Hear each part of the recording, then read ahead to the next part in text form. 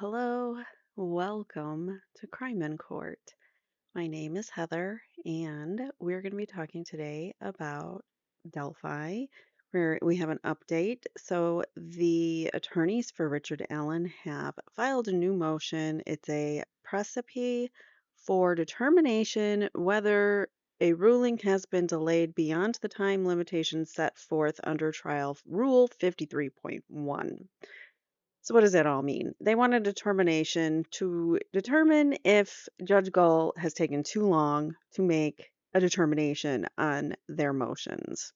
Because as it is now, it's been a very long time since she's ruled on any of the Frank's motions. We're going to see how long as the defense lays it out for us. But first, again, this is Justice for Abby and Libby, Indiana versus Richard Allen. Judge Gull is our presiding judge in this case over Indiana versus Richard Allen, and the title of this is called the Lazy Judge Rule. Could this get Gull DQ'd? So let's first start with what is this 53.1 rule? Wait, that's not the right rule, is it? I have point two. Where's point one? But it's quoting the same.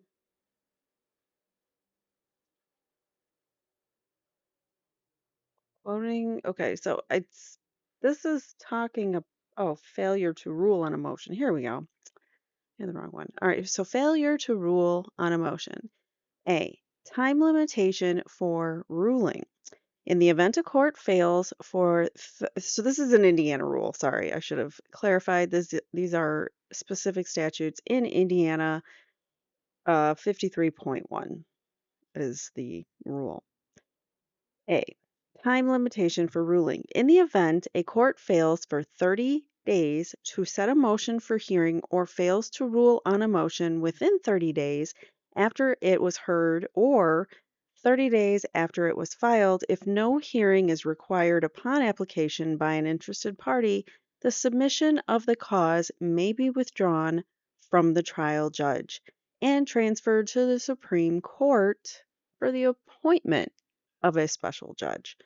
So, because she has failed basically to rule on their motions in a timely fashion, they can take this up with the Supreme Court, which I'm here for. I really hope they do because she needs to go. So there are some exceptions. B, exceptions. The time limit for ruling on a motion established under Section A of this rule shall exclude any period after which the case is referred to alternative dispute resolution and until a report of the alternative dispute resolution is submitted to the court.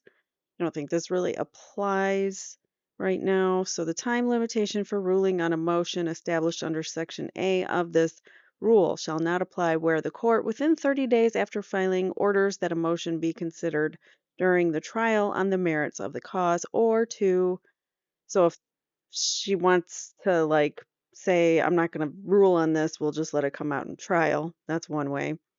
To the parties who have appeared or their counsel stipulate or agree on record that the time limitation for ruling on a motion shall not apply. Okay. That means you need counsel to agree on that, and Richard Allen's attorneys are not going to. Number three, the time limitation for ruling has been extended by the Supreme Court as provided by Section D. That's not the case. Or four, the ruling in question involves a repetitive motion, a motion to reconsider, a motion to correct error, a petition for post-conviction relief, or ministerial. What is that word? We gotta look. MINI.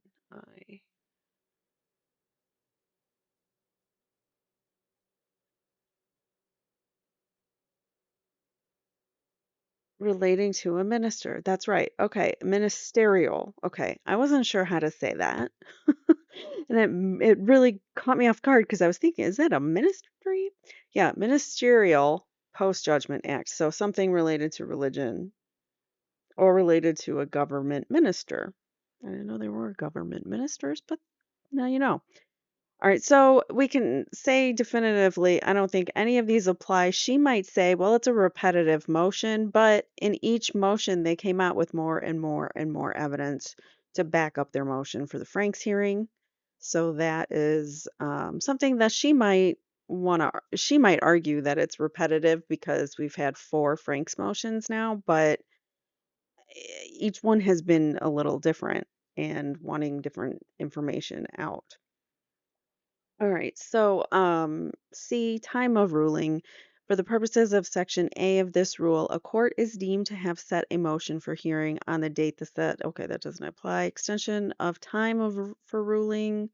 A judge may apply to the Supreme Court of Indiana to extend the time limitation. Okay, but that didn't happen either. Procedure for withdrawing submission upon the filing of an interested party, a precipice specifically designate, which is really just like it's a request for a writ or a determination, a document, like documenting something legally. So upon the filing of the interested party of a precipice or precipice, however you say it, specifically designating the motion or decision delayed, the clerk of court shall enter the date and time of the filing. So that's not really anything that's going on here. Report to the Supreme Court. When a special judge is appointed under trial rule, the judge from whom submission was withdrawn shall, within 10 days, draw from receipt of the order appointing of special judge, file a written, okay, I don't know, whatever. And G, permanent record. The Supreme Court shall maintain a permanent record of a special judge appoint. Okay, that doesn't apply here either. So now we have a better understanding of what this rule is and what judges are expected to do. So there was this article that someone had shared on Reddit, and I was looking it over, and I just thought it was interesting. So I don't know, it's like a blog or something. So this person posted this. This is really like they call it the lazy judge notice or the lazy judge rule because um, it's basically saying like, well, this judge has not been doing their job and we want to take it up with the Supreme Court. So that's what this rule is for. So this person's just writing a blog, but I thought it was interesting. I'm just going to read a couple portions of it because it might help us better understand the whole 53.1 rule violation. Okay, so over the weekend, I heard from a person who wanted to file a Rule 53.1 lazy judge notice. While it's often called a motion, that's a misnomer. The judge has no right to rule on it. So I think that's awesome because that means then it has to go to the Supreme Court for them to rule on this. So Rule 53.1 says that if 30 days has passed since the filing of a motion or a hearing and the judge has not ruled, a party can file to have the case removed from the judge. So this is probably step 1 in multi parts to get this judge removed because she's not filing within or she's not making her determinations and responding to their filings in a timely manner or providing them with the hearing that they are requesting. So the county clerk's only role is determining if 30 days has passed. Then it gets certified to the state court administrator upon receipt of the certification. So they're asking for a certification from the clerk's office. It's like coming from the clerk's office, not necessarily the judge's desk or bench. So, upon receipt of the certification, the Supreme Court orders the judge withdrawn from the case and appoints a special judge to take over. Judges hate the lazy judge notice because it acts almost as a disciplinary action, requiring them to explain to the Supreme Court why they screwed up. But she should absolutely have to explain to the Supreme Court. I would love to see her explain to the Supreme Court why she hasn't ruled on this and why she treats Richard Allen's attorneys with so much disdain. So, anyways, Back down here. Anyway, the person filed the lazy judge notice pro se on Monday, just meaning they don't have a lawyer. They're representing themselves. So she then reported to me that she was told the judge had signed an order on the case on Friday, which was entered on the docket on Monday ahead of her lazy judge notice. The clerk refused to certify the lazy judge notice to the state court administrator.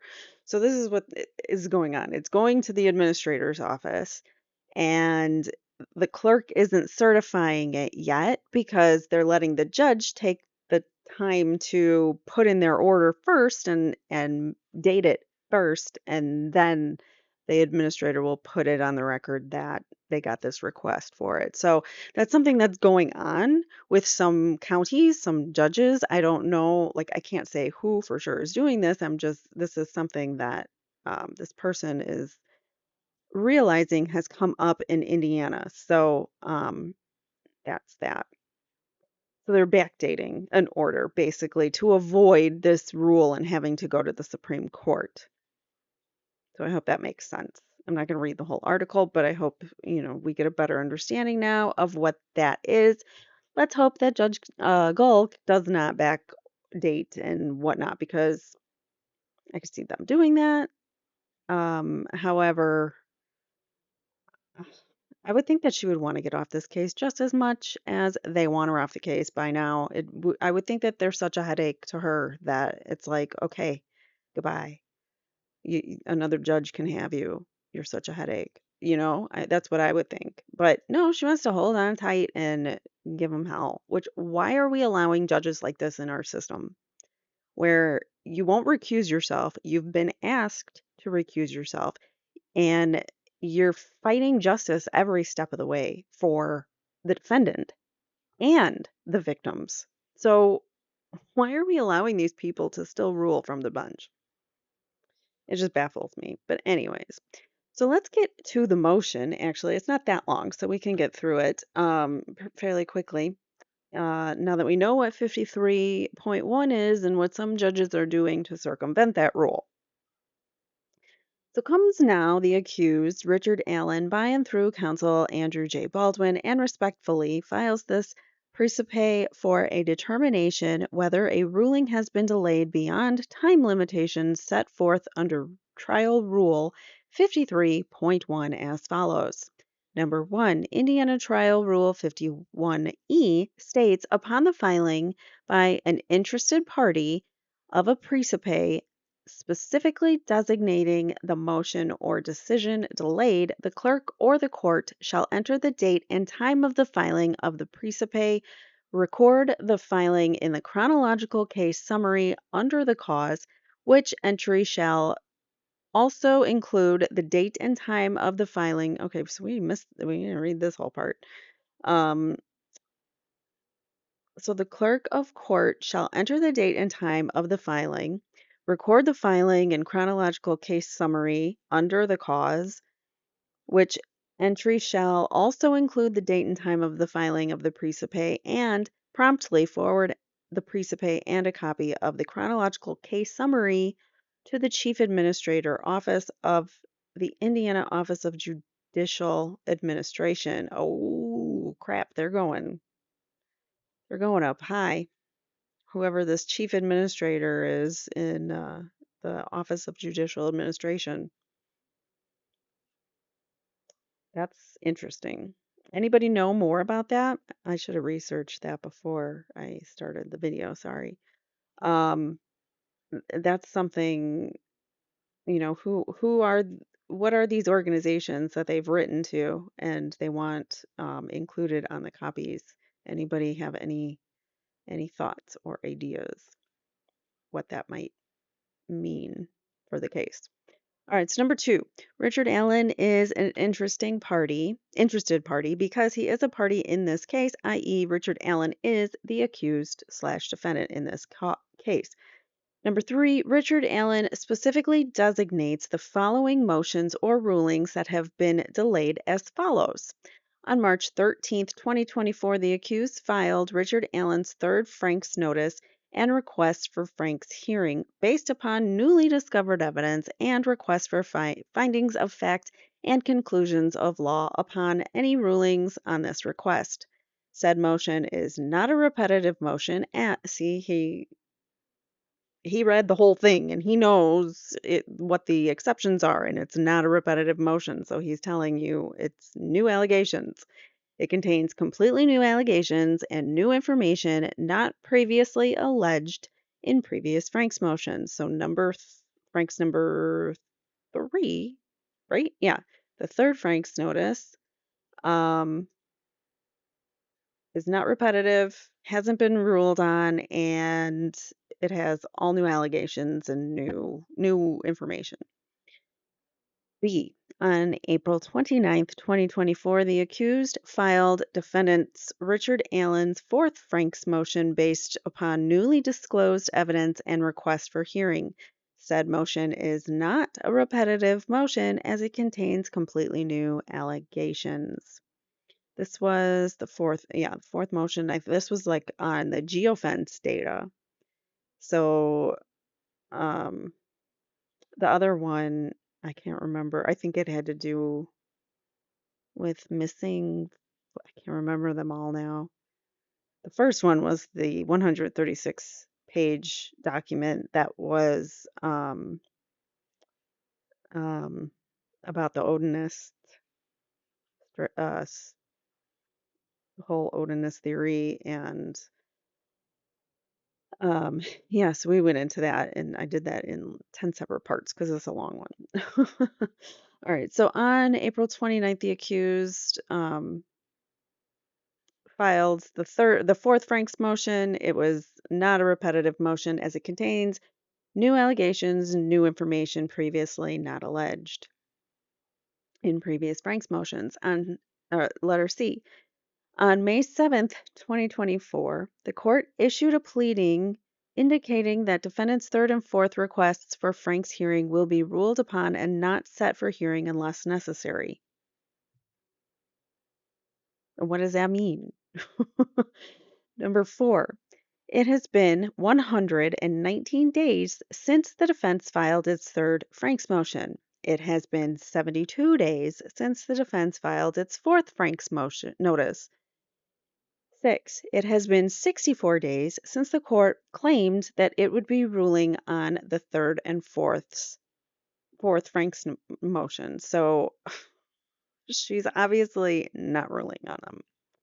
Number 7, the defense did file a motion for recusal of the judge on May 17th, 2024, and the judge denied said motion on May 31st, 2024, totaling 14 days from the filing of the motion to the ruling on said motion. So she knows how to file rulings. She did it in that situation within said time frame. She did it within 14 days rather than 30.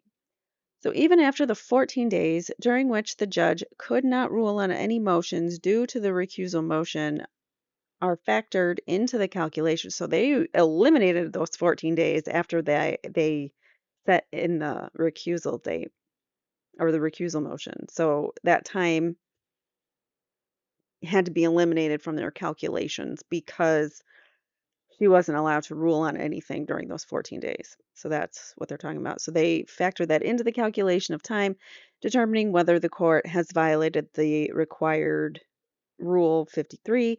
Both of the Frank's motions would still fall significantly outside of the time requirements mandated under Trial Rule 53.1.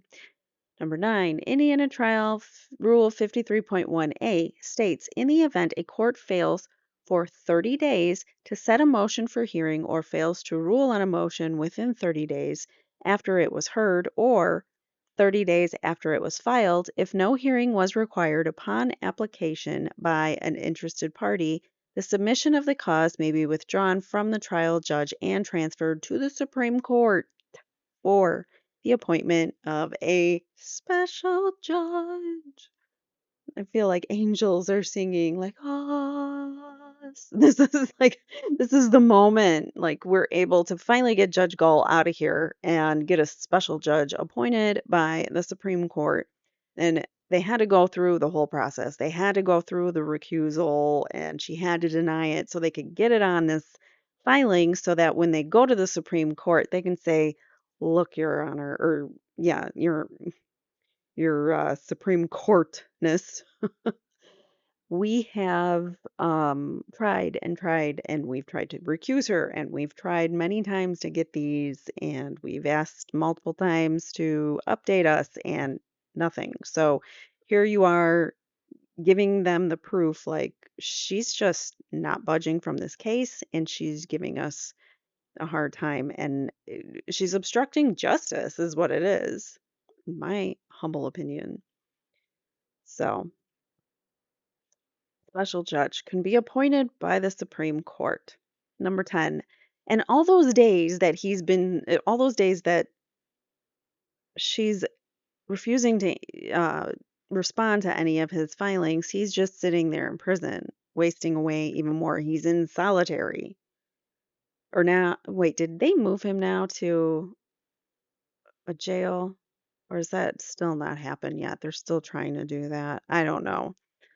It's confusing because they moved him like 3 or 4 hours away, and it makes it very difficult for people to get in, and there's stricter rules at that facility, and there's nowhere for them to have private conversations. So they want to transfer him to a local jail where normal accused defendants will sit and wait for their trial instead of going to a full on prison where it's convicted criminals that are there. So it's why is he being treated so differently than anybody else? I just don't understand. And why is the judge doing this to him? It just makes me you wonder what's going on. Number 10. There is no hearing required on the motions related to the third and fourth Frank's motions, but the court has still not ruled on these motions, even though more than 30 days has passed since they were filed. Number 11. It should also be noted that it took the trial court 127 days to rule on the first Frank's motion, filed September 18th, 2023, and ruled upon on January 22nd, 2024. I mean, that is unacceptable. It's just unacceptable. And then finally ruled on said motion only 4 days after the defense counsel were reinstated to the case the afternoon of January 18th. So they came back on the case the 18th. 4 days later, she denies the Frank's motion that she waited on ruling on prior to. All right. So before the defense motion had the opportunity to file a similar trial rule 53.1 request for the court's delay in ruling. So she ruled on that before they got the opportunity to file a trial rule 53. Whoops. Oh no. Stop. I clicked on something and now it's generating images. Oh no. I don't want AI images. Stop. I hate this AI stuff. I really, really do. I accidentally clicked on something and it's like, okay, well, we're working on it. Whoopsies. Okay.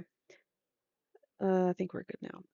Number 12, none of the exceptions set out in the Indiana Trial Rule 53.1b are applicable. So all those exceptions that we read through, they don't apply, which I already said they wouldn't. Number 13, defense counsel, and they pointed out like this is not repetitive because it's new. So we want to differentiate that from first Frank's motion. Defense counsel is requesting the clerk of court pursuant to Indiana Rule of Procedure 53.1e to enter the date and time of the filing in the clerk's precipe book, record the filing in the chronological case summary under the cause, and promptly forward the precipe and copy to the CCS to the executive director of the Division of State Court Administration. So they ain't playing around.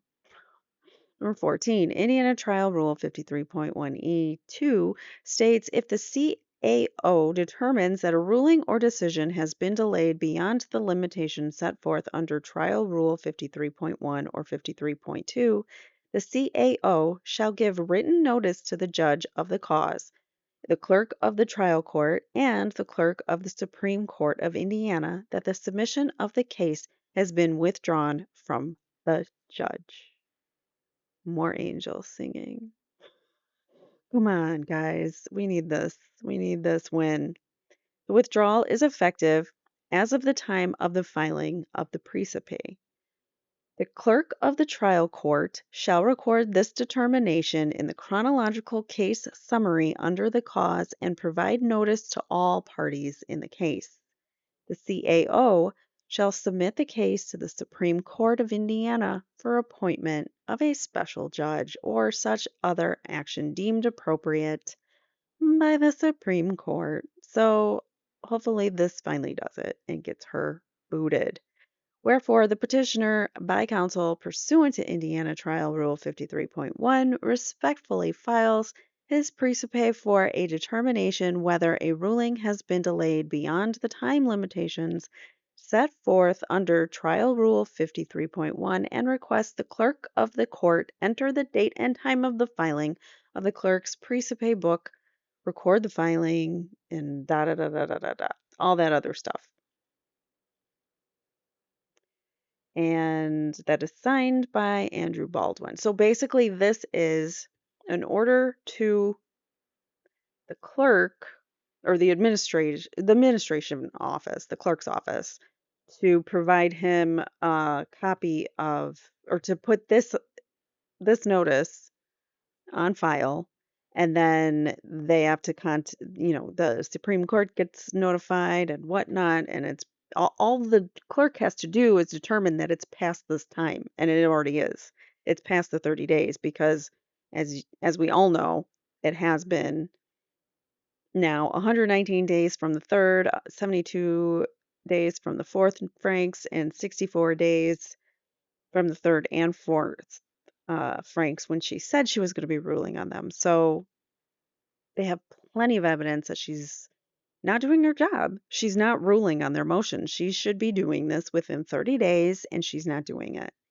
And this is how they get her off the case. I surely, surely hope the Supreme Court and then the clerk's office and everybody just let's get her off. Gull has no business on this case anymore. So I'm getting a new special judge appointed, and hopefully they do a much better job at respecting the defense and, not undercutting them at every chance that she gets or that they get, whether it's a man or a woman, I don't know. But that's what Judge Gull was doing anytime that she could obscure or obfuscate, how do you say that word? Obfuscate justice. I can't say that. Anyways, you know what I mean.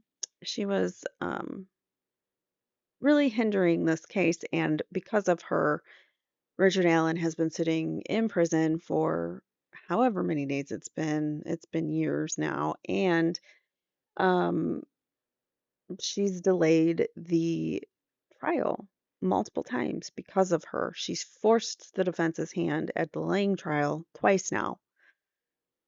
So it's just not right. It's not fair. And the Supreme Court needs to step in now and just say, bye, Gull, see you. And actually, they should probably look into her and, look at her case record and, maybe the FBI needs to look into her. I don't know who looks into the judges and makes sure that judges are on the up and up. Why do we not have some kind of accountability organization that does this? We should have, everybody else. If you run a restaurant, the government has to come in and, give you your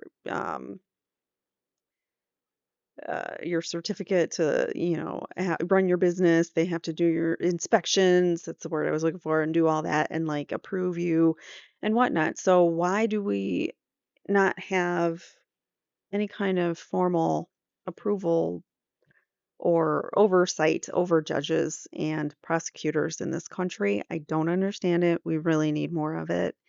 We need to be more transparent and open and honest in these things. And the more that society knows what's going on, the better. Like, look at the Karen Reid case. I'm sorry, I'm going to go on a little bit of a rant.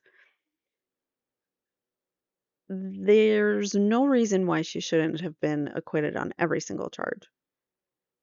The fact that there were at least 4 to 8, the reports have been skewed, 4 to 8 people that might have convicted her on manslaughter is horrifying. Or to use Jen McCabe's word, I'm shocked and horrified that that could even happen, that these people could find her guilty on manslaughter. It baffles the mind that we're not more educated about our justice system and we're not seeking to learn about the processes, the procedures, what goes on in our own districts and whatnot. It's very important to stay aware, to make ourselves aware. Do the research, do it. You need to, in order to find the truth, because the mass media doesn't give you, mainstream media doesn't give you the right take on a lot of these stories. And if you watch my channel and compare what mainstream media was saying about Karen Reid, it's like completely opposite. Like, oh, her hair looked funny that day is what they're talking about. I'm talking about real content. So it's just crazy that we aren't more aware, and we just, by bringing these things to light and by being aware of these cases, it's so important and it just helps us become better in society. And I'll just leave it at that. So, thank you guys so much for watching. I really appreciate you.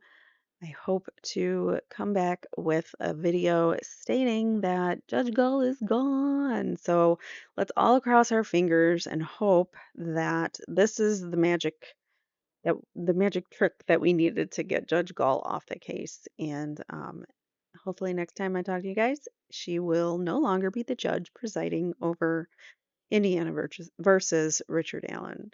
See you guys later. Thank you so much for watching. Please hit the like button on your way out. Take care, guys. Bye now. If you've been impacted by a true crime and would like your story told in your own words, or if you or someone you know has been wrongfully convicted or accused of a crime, please write to crimeincourtchannel@gmail.com and tell us your real true crime encounters. Thanks for watching.